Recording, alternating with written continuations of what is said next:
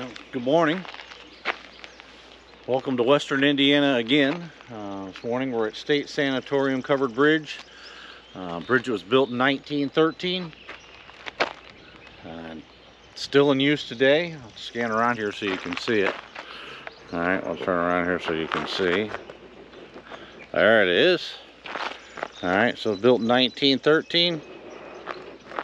You can see we're having a really nice sunrise this morning with some clouds. Sorry, I got a bug that flew in my eye. Alright, but welcome to another morning out here in Western Indiana.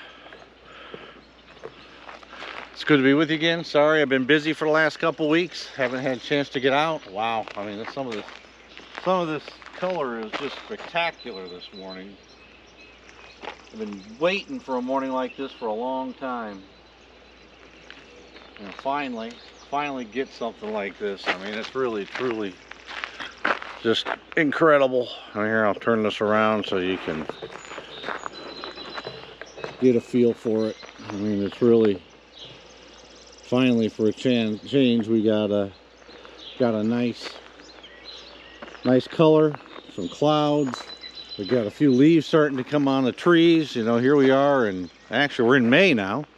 You know, but finally, you know, spring has sprung, I guess, best way to say it, here in Indiana. So we'll take a couple more images here, not miss out on this light, and I'll get back with you here in a couple seconds. All right. All right. So what thought I'd do this morning is I would take the opportunity to talk about what lenses to use for landscape photography. It's a question that seems to get asked all the time, you know, so I thought it was a good opportunity to talk about it and hopefully at least lend my insight to it. So it kind of follows the same path of everything we've talked about before. All right, it really isn't any different. You know, most important lens to use is what you have. All right. Is it great to have other lenses? Absolutely. But is it important that you have the best or perfect lens that's out there? The answer is no, it's not. All right. Most important thing is to go out, take pictures, you know, and learn some of the basics. All right. And develop an image that looks good to you. That's the most important thing. Now, that being said, you know, are some lenses better than others? Yes, they are. All right. You know, depends on the situation, I guess maybe is the best way to say it. It depends on where you're at, what you're doing, and what you're shooting. But you can shoot with just about anything. All right, now, to give some examples, all right. For the most part, up until recently, I've always shot with what's called a standard zoom. All right, something in the 24 to 70, you know, range. I never shot super wide, and I didn't do a lot of super telephoto, all right. I shot 24 to 70, that mid-range standard zoom. All right, and it works fine. And you know, again, you come up with your compositions with what you have. All right. Today I shoot with a wide angle. Now, why I do that, you know, why I'm shooting with a 15 to 35 is because I wanted to learn, you know, different ways to shoot. And that's when you get into, you know, why is a lens maybe a little bit more important than another. All right, is you know, when you're trying to develop your style or play around with, you know, different ways to capture an image. So, you know, like I said, today I shoot with an RF 15 to 35 2.8. It's a great lens, all right? There's absolutely nothing wrong with it. It's fantastic. Do you have to have it? The answer is no. Now, I also recommend having, you know, some sort of a telephoto lens. You know, today I carry a 70 to 200 2.8, the new RF 70 to 200 2.8. Yes, it's a very nice lens, and yes, it works well. And when do you use that? You know, when a situation comes up where you want to get a little bit more detail and you want to zoom in on it, that's when you use it. All right. Is it absolutely necessary? The answer is no. Do you need to have a 70 to 200? No, you can use pretty much anything. All right, you get a 70 to 300, a 100 to 400. I mean, whatever you've got, get out. You know, a lot of them are like these, what, 55 to 200 or 50 to 200. Just use what you've got. Get out there and take composition with it. Now, you know, both lenses that I use primarily for landscapes are 2.8 aperture. All right, so now, is that important? Yes and no. All right. most times when I'm shooting, like this morning, I'm shooting at f11, and I typically shoot somewhere between f8 and f16. All right, and I typically shoot in the low ISOs, and I'll have a slow shutter speed. All right, because that's just my style. Now, do you have to do that? No, you can do whatever you want. So now, is 2.8 really important when pretty much everything you're shooting is, is f8 to f16? No, it's not. But if you can afford it, it's a damn nice to have. All right, because there are times when a situation arises where it really works, so you want to have it. But is it absolutely necessary? No. All right, now when we get to the end of this video here, I'm going to put in a picture that I took back in 2010, all right, with I believe it was my Nikon D700, and that picture was taken in Gettysburg at McPherson's Ridge. I believe it's McPherson's barn, all right, that's there near where the battle actually started. All right, and I use my D700, which is a 12 megapixel camera. So question whether megapixels are important, okay? All right, because they're definitely not.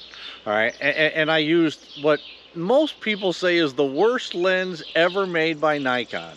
All right, and it is a 24 to 120, 3.5 to 5.6 VR. All right, it just was rated as just a terrible lens. I mean, literally, most people say it's the worst lens Nikon ever made. And it big matters worse. I took the image I'm going to put here at the end in the middle of the day, all right, from a window. I mean, literally, the window of my car. All right, we were getting it. My wife and I are along getting a tour, from a local historian, and I was sitting in the back seat, and I literally rolled down the window and took the picture. And it's not fantastic.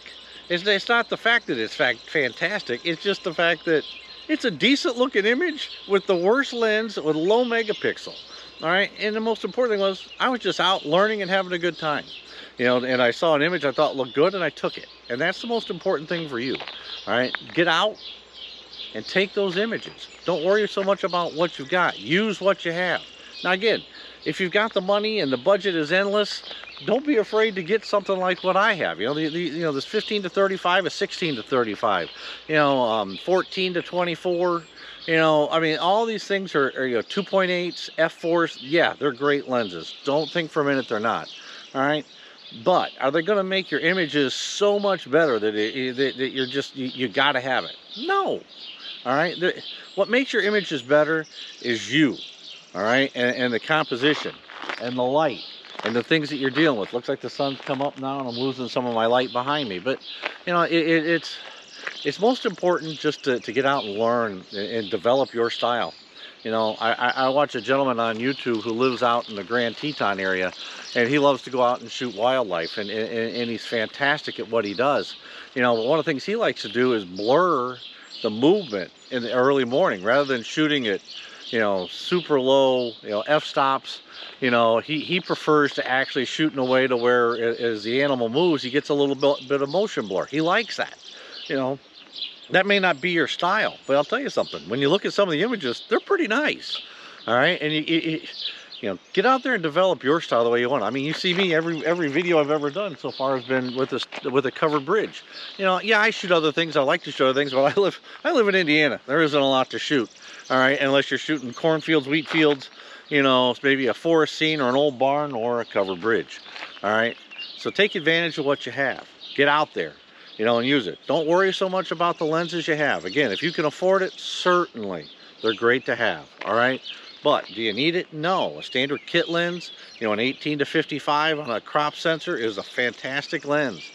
Get out there and use it. Don't be afraid to take pictures. Just develop your style, and as you develop your style and see the things you want, then go get it. Again, I've been shooting mid-range zooms for a long time, and here in the last year I had ditched the mid-range zoom and I've been shooting a wide angle, trying to learn how to do that. And that's what you need to do. All right, I'm going to put, like I said, the image of McPherson's barn. I'll put it in here at the end. I'll also put in one of the images I took this morning, and again, I'm using my Canon RF 15 to 35 of my Canon RP, which we talked about in the last video. I'm not shooting at f2.8. I'm shooting at f11 ISO 100. All right, and this morning we finally got a chance to get a little bit of color, so that was great. So thanks for coming along. Again, if you like what you're hearing, please subscribe. Give me a thumbs up. nice to have. You know, so far I got 2 subscribers. Love to look to grow that, but most importantly, I just enjoy getting out here and doing this stuff. So thanks for your time. You know, appreciate it very much. Have a great day.